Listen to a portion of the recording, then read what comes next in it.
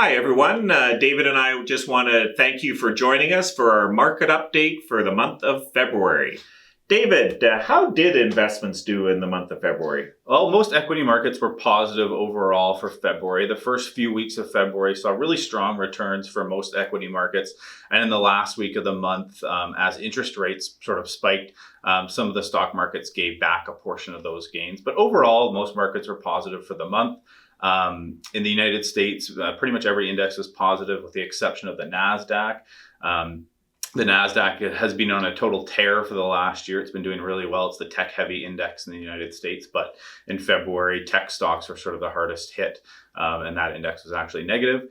The TSX, which is the Canadian stock market, was one of the most positive markets globally in February, as energy and commodities actually had a really good month.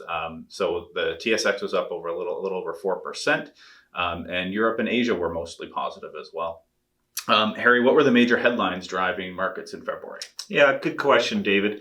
I think the big headline in the month of February was interest rates. We saw the 10-year U.S. Treasury jump from 1% all the way up to 1.35%. And that doesn't sound like an awful lot, but that's a huge movement in interest rates. And that had definitely caused a lot of the volatility that we saw near the end of February. David, do you think rising interest rates are a cause for any concern?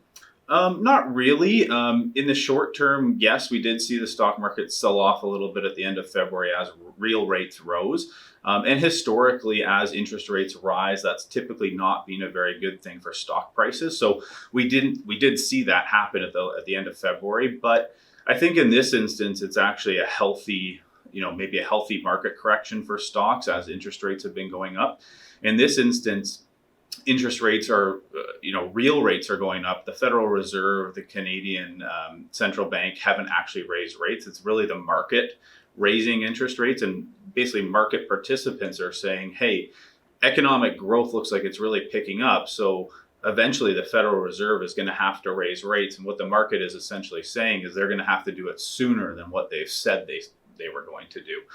Because the Federal Reserve has talked about not raising interest rates until late in 2022, maybe even 2023. And the market is essentially saying, well, growth looks like it's going to be picking up a lot faster than that. Inflation's going to pick up, so they're probably going to end up raising rates faster than that. And so as long as corporate earnings growth picks up or keeps pace with those interest rates going up, I think stock prices should still continue to, maintain their current valuations, or maybe there's some room for valuation expansion going forward.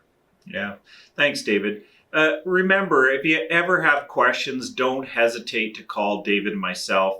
And also recognize having a little bit of volatility is not a bad thing. This is what the money managers actually take advantage of. So we're always excited when we do get a little volatility in there. But overall, David and I still feel that this is going to be a good year for us. But do call us if you have any questions. Take care.